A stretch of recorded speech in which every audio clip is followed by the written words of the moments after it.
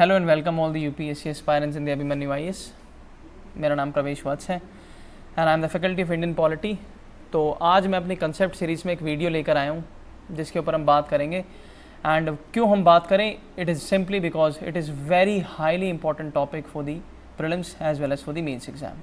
And the name of the topic is qualification and disqualification of memberships of the parliament. तो जितने हमारे MPs हैं कैसे qualify होंगे, कैसे डिसक्वालीफाई होंगे, कॉन्स्टिट्यूशन में क्या प्रोविजंस हैं, अलग अलग कानूनों में क्या प्रोविजंस हैं, एक एक करके हम सारी चीज़ें देखेंगे। And those students who wants to join my Indian polity module they may join. Every information is provided on this chart. Let's see. First will deal with the qualifications of the memberships of the parliament, broadly MPs।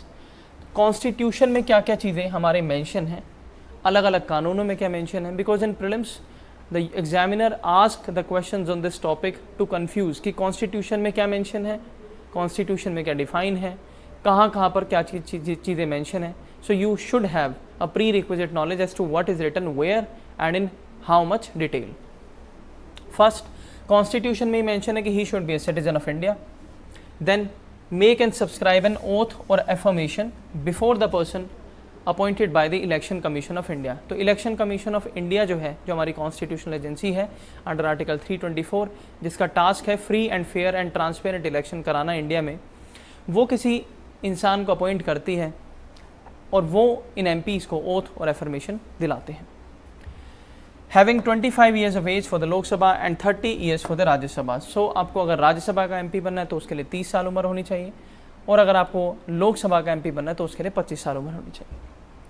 After this, तो अब हम कह सकते हैं कि ये सिर्फ 3 या 4 चीज़ें जो मैंने अभी आपको एक्सप्लेन करी, सिर्फ यही मेंशन है which are the qualifications broadly in the constitution for the member of parliament, both houses, right. Now representation of people act 1951, because in constitution it is mentioned that those provisions which are left they will be dealt by the parliament by making a separate law. तो parliament ने कानून बनाया RPA 1950 में, लेकिन उसके बाद एक broad horizon के साथ एक कानून बनाया गया जिसको हम जानते हैं RPA 1951। इसमें बहुत सारी चीज़ें हैं इलेक्टोरल प्रोसेस से लेकर के, लेकिन अभी हमारा जो प्राइम फोकस है वो ये है कि क्वालिफिकेशन के बारे में और डिसक्वालिफिकेशन के बारे में क्या मेंशन है इस कानून में। So let's see. A person should be registered as an elector for the parliamentary constituency. The meaning of constituency है area of which population will give you the vote and will make you a representative who will represent them into the parliament, right। तो आप किसी ना किसी parliamentary constituency में इलेक्टर होने चाहिए, यानी वोट भी देने आप रजिस्टर्ड होने चाहिए और खड़े भी हो पाए, कंटेस्ट भी कर पाए, right. Then but for Rajya Sabha MP should not necessary be an elector in the particular state. Rajya Sabha का अगर आपको MP बनना है तो इसके लिए ज़रूरी नहीं है कि आपको उसी स्टेट से इलेक्टर होना चाहिए जहाँ पैदा हुए हैं, जहाँ पर रहते हैं, right. The prime example is of Raghav Chadda recently who is belongs to Delhi but is MP of Rajya Sabha from the Punjab. So it is fully constitutional, it is fully legal that it is not required to become the MP of Rajya Sabha from a particular state. If you belong, you can become from any state, right? Then must be a member of the scheduled caste and scheduled tribes if you want to contest the seats reserved for them, because in our constitution we have seats reserved for them in the parliament for MPs for both scheduled caste and scheduled tribes. तो इन दोनों ही community के लिए अगर हमारा जो election है वो हो रहा है तो आपको एक SC/ST कम्युनिटी होना पड़ेगा उस सीट के लिए और उस सीट पे अपने आप को एज ए रिप्रेजेंटेटिव बनाने के लिए। Then a scheduled caste and tribe member can also contest for any seat which is not reserved for this community. तो the meaning of reservation is only this that you have separately a thing reserved for you and the left part you can also contest in that. तो simple भाषा में अगर हम बात करें तो कुछ जो हमारी सीट्स रिजर्व्ड हैं पार्लियामेंट के MP के लिए फॉर SC/ST कम्युनिटी होना वहाँ पर ज़रूरी है, लेकिन SC/ST कम्युनिटी या जनरल कम्युनिटी की जो सीट्स हैं इनमें भी लड़ सकती है, लेकिन जनरल कम्युनिटी वाले they can't contest the seat reserve for the SC/ST। After this, disqualification for the members of parliament. तो अभी हमने डील किया कि क्वालिफिकेशंस क्या हैं, कॉन्स्टिट्यूशन में क्या है, RPA में क्या है। अब हम बात करते हैं disqualifications, right. So first, constitution में क्या मेंशन है if any member holds any office of profit under the union or the state government. Office of profit is not really defined in the constitution.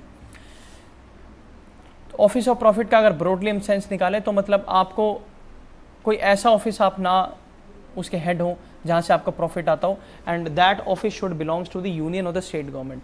अगर ऐसा है तो आप disqualify कर दिए जाएंगे. दूसरा, having unsound mind duly certified.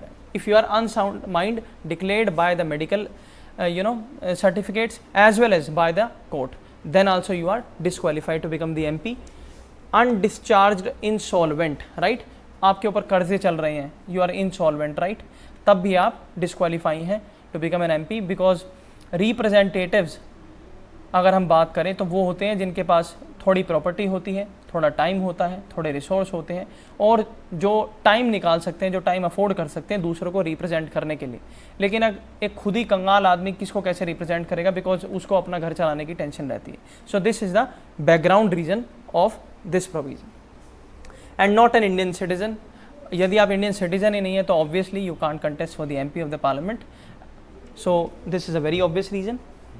Now representation of people act में 1951 वाला जो हमारा कानून है उसमें डिस्क्वालिफिकेशन के बारे में क्या मेंशन है, let's see.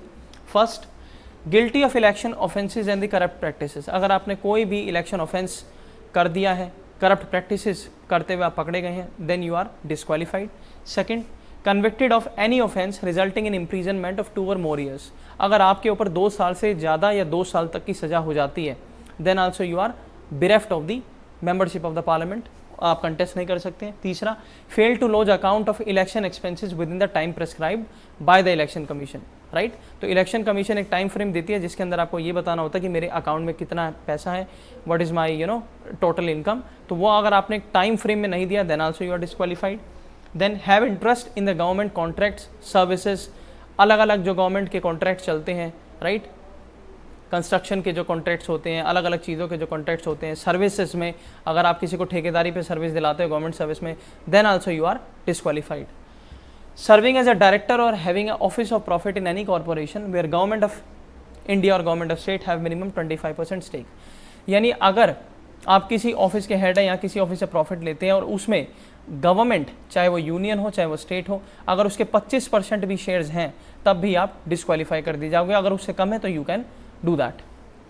Dismiss from the government services for the disloyalty and corruption. If you are dismissed, which means completely terminated for the lifetime from the government service on any charge, और अगर आप corruption भी करते हैं, disloyalty to the state, disloyalty to the hierarchy, disloyalty to the office, disloyalty to the organization, disloyalty to your national symbols, अगर आप कुछ भी ऐसी काम करते हैं तो then also you are disqualified.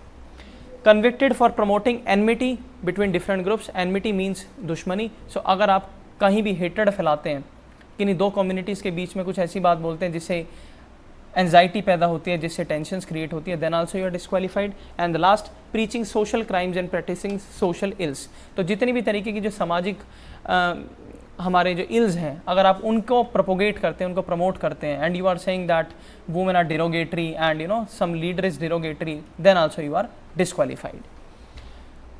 So this much was in this concept video, जहाँ पे मैंने आपको बताया कि कॉन्स्टिट्यूशन में डिस्क्वालिफिकेशन क्वालिफिकेशन क्या मेंशन है, and what are the qualifications and disqualifications which are mentioned in the RPA, which is a parliamentary law duly recommended by the constitution, right.